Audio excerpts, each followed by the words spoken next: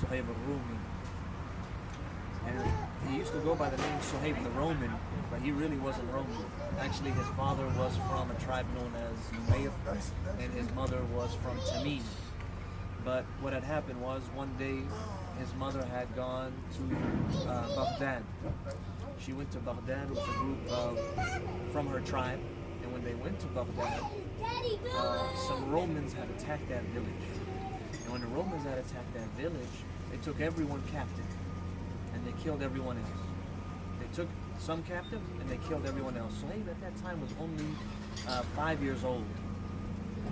Okay, so they took him and they sold him into the slave trade. And then thus he later became known as Suhaib the Roman. It was, even though he was Arab, he grew up and he didn't even know his language anymore, or he barely knew his language. And he even had a complexion of people from Rome, because he was light-skinned and he had light-colored hair. Some say even it was even reddish, ginger hair. All right? So he used to live there, and he went from, once he went there, he just became sold from slave, from place to place, serving in this household and that household. And when he used to see the way they interacted with one another, he despised it, and he hated it. And he himself used to say, the only thing that would purify these people is if there was a flood to flood everybody, because of all the corruption that he had seen and all of the different practices that he was disgusted by. Suhaib grew up in that area, and what religion was famous there was Christianity. So when he grew up there, he had found that he embraced that. But then he used to hear, when he had grown up, and this was about 20 years before the Prophet ﷺ had emerged. Okay? So he said that, or he heard one of the speakers say that the time has come for a messenger to emerge from the land of the Arabs.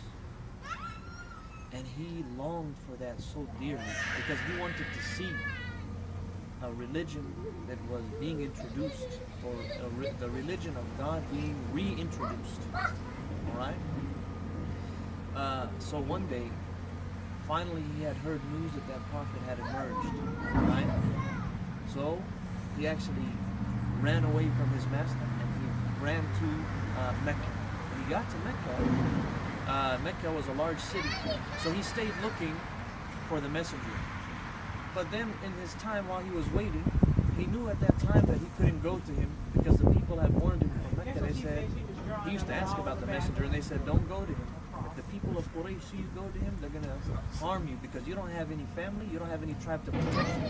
So what he did was, he made a covenant with somebody there, right? One tribe there, and that's what people who had no tribesmen used to do, is they would actually go and make a pact or a covenant with a tribe.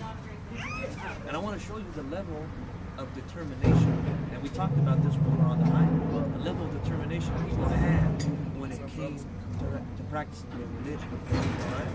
So what ended up happening was he started trading. He became a merchant, and he made a lot of money during that time. So in this regard, he kept on waiting. He said, well, when am I going to get a chance to go and see what this man has to say? I want to sit with him, I want to hear from him, I want to learn from him. So one day he came to his doorstep, and he seen a man there named Ammar. And that man had told him, he said, what are you doing here? Ammar ibn Yasir, you guys know Ammar ibn Yasir. He said, what are you doing here? So, actually it started out Suhaib. Suhaib said to Ammar, what are you doing here? And Ammar said, what are you doing here? Because they both know that they can't show that they're coming to listen to the Prophet. So he said, I wanted to come and hear what this man has to say. And he said, well, I came for the same thing. Said, all right, well, let us go in together. Look at how much persecution was there. Today, you don't have that problem. You say, I'm going to go to the masjid to study, you can go. The only thing that stops you is your lack of will, your determination, your weakness of faith. But back then, it was like people went right up to you and to stop you. And where do you think you're going?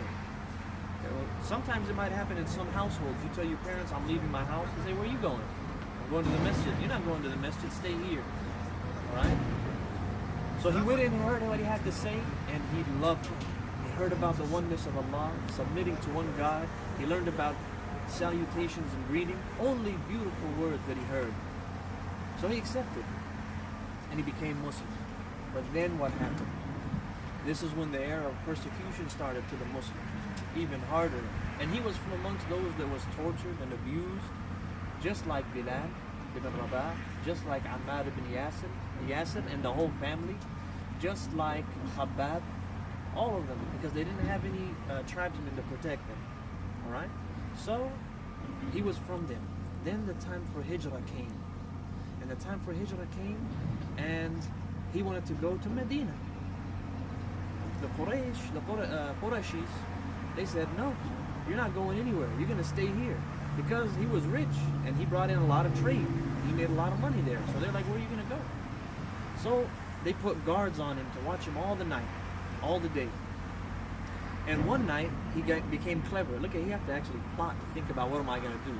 He said one day, he went out to the outhouse. That's how you have to go relieve yourself. He went out to the outhouse. And he'd come back home. As soon as he came back home, he'd leave again. The guards were watching him. And then he came back a second time. And he'd leave again. They're like, man, do you see the gods of Lat and Uzza?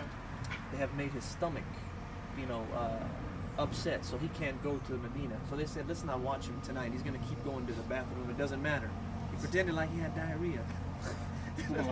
He kept on going back and forth to the bathroom, and like his stomach was hurting. And then that same night, gathered his things, and he left. Went to Medina.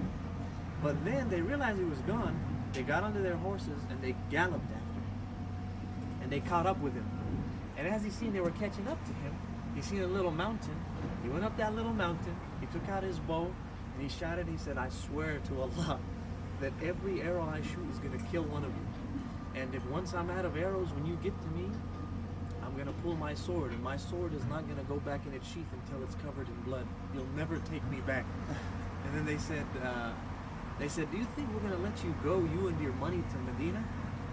And then he said, is that what's stopping you all? You all want my money? If I tell you where I hid it, because they used to hide it underground. They used to bury it and keep their money. They didn't have banks. So he said, if I tell you where it is, you guys going to leave me alone? I said, yeah, we'll leave you alone. They said, okay, I buried it in such and such place. Go get it. You can have it. All of his life saving up until that point. He said, take it. Leave it alone. I want my religion. So they went. They found the place. They came back. They confirmed. They said, you're free to go. He left. He made it to the Prophet sallallahu alaihi wasallam. And while he was traveling, remember, he traveled alone. It's like a 2-week journey. He was tired. There was nobody to keep him company. There was nobody to help him on the way. He stayed firm, and he would remember that he was doing this for the sake of Allah, and he was going to go see the messenger. And when he arrived, the first person he went to was the messenger.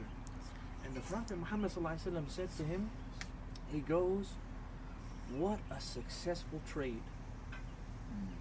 Now, what a successful trade you've done, Suhaib.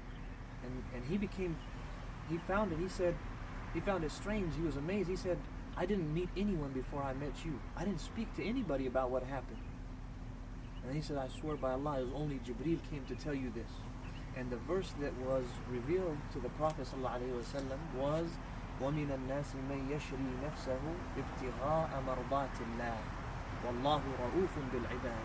He said, and from men, right, and from some people, there are those that will purchase themselves for the sake of Allah, or seeking the pleasure of Allah, and Allah is most merciful to man. That verse was revealed for Suhaib, it was said. And he gave, imagine that. Somebody said, you know what, you will never let you practice your religion until you give up everything you own, your house, your car, your wealth, the money you have in your savings. So, this is what it was like for people who cared about their religion. Nothing could stop them. Nothing could prevent them. When they wanted it, they strove, they pushed themselves, they studied from those that were qualified to study from, and that is what we as Muslims need to do as well. So may Allah subhanahu wa ta'ala have mercy upon Suhaib and all of the companions as well, and may he be pleased with them, and may he make us from those that follow in their footsteps. Ameen. Jazakumullah khair, barakallahu feekum.